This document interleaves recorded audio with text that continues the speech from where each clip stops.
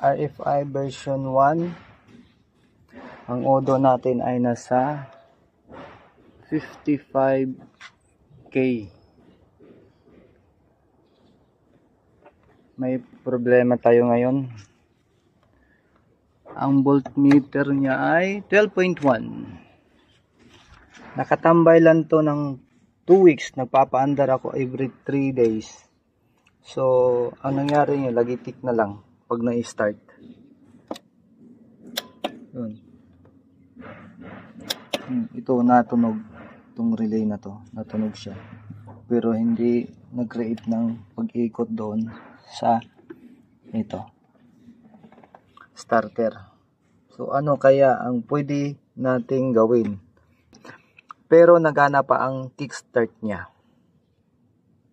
So, ito yung kickstart. Naka-on na yung ano. So, nagana ang kickstart. Buti na lang. Yun. Nagana pa ating kickstart. So,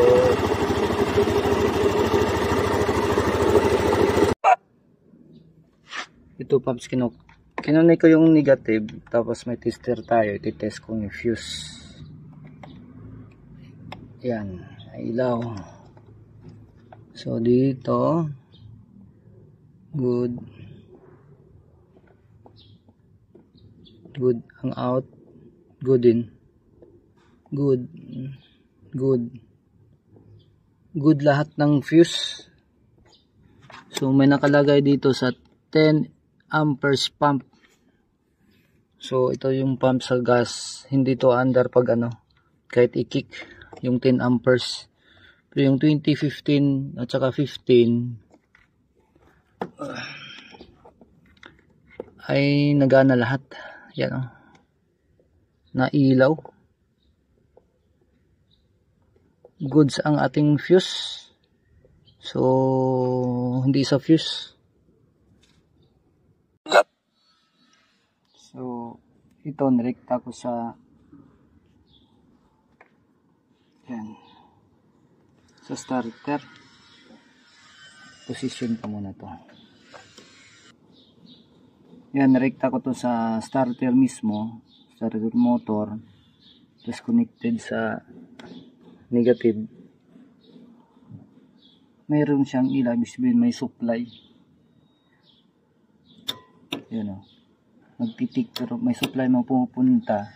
Ang nangyari itong starter parang ang ayaw umikot. Pero sa kickstart naman, okay naman. So, malamang sa malamang dito tayo mag-check sa ating starter motor. Kasi matagal to, 2 weeks siya eh. Saglit lang pa-under nito. Baka nag-ano siya, stuck lang. Tagal na rin. So, dito ako mag-check. Kasi okay ang supply. May supply. Yun. Positive yan sa starter motor. Tinanggal ko lang yung rubber. Yan. Para makuha natin ang positive. Okay. So, walang problema sa fuse. Supply, walang problema. May pumapasok. Dito lang. Sa motor na to.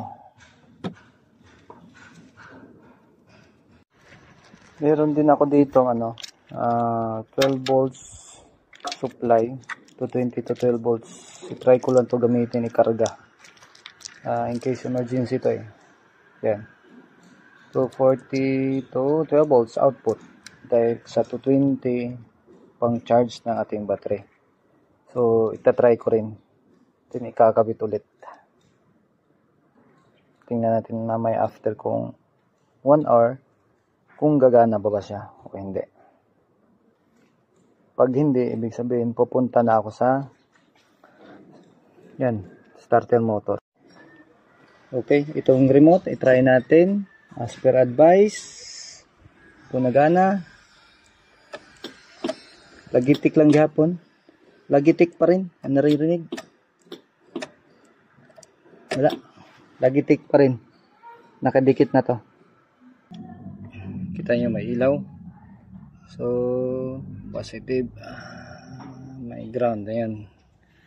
Then, next ay Yaika. ito ay ground ha, ground. So check natin kung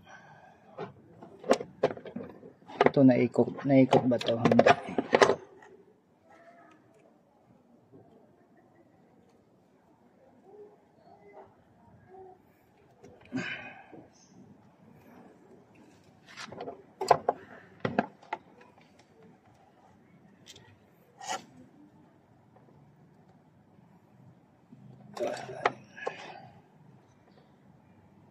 Pag nag-start tayo, dapat ito ay iikot din.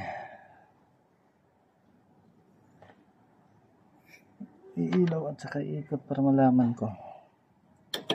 Yun. Nailaw siya, i-supply, pero yung ating kita yan.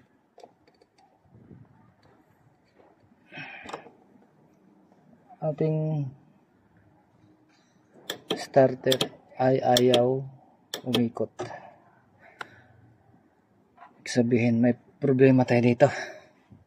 Tinanggal ko na. Ayaw eh. Kahit in-sign wala.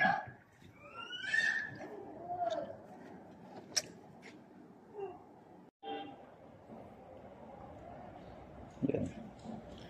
Ito na. Ito yung ating starter motor sa loob. Ngayon may napansin akong hindi nagfa-function. Ito nagana to, yan, nabalik. Itong isa nakalubog, so ibig sabihin hindi nag-contact. So try natin paganahin to. Itong isa nalalabas siya para tatamaan yung armature. So ito nagana, parang may spring yan. Ito nalabas, ito hindi abot. So try natin then yung i-direct natin para maka-under ito. Okay, para iikot. Okay, solve the case na natin ang ating RFI. Starter motor, yung carbon brush, yung isa gumagalaw, yung isa nag-stuck dahil sa kalawang sa loob. So nangyari, kailangan ni-spray ko lang siya ng WD-40. So nag-move na yung brush, yung dalawa, para matamaan yung armature niya, kung saan magtatagpo yung positive at saka negative para ikutin yung ating starter motor. So check natin kung okay na. One click. Okay, nagana na.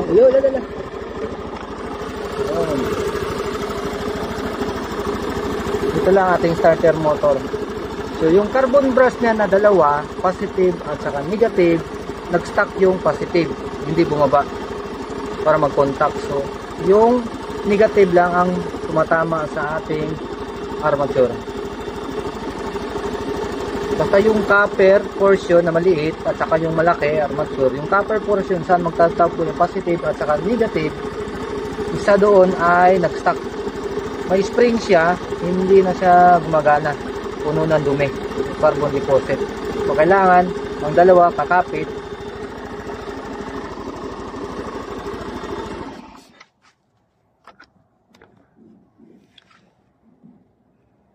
Kailangan yung dalawa ay gagalaw para maipit yung bilog sa gitna. Yung dalawang copper magaganon.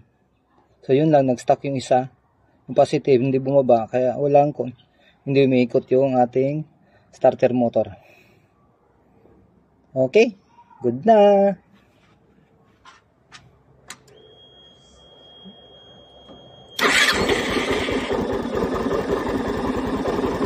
One click. Ito yung ground ko, paps. Yan. Matagal na to. Wala lang akong black wire, kaya red wire lang ginamit. Pero alam ko na ito ay ground. Ito. Tapos, pero okay na to. Nagana na.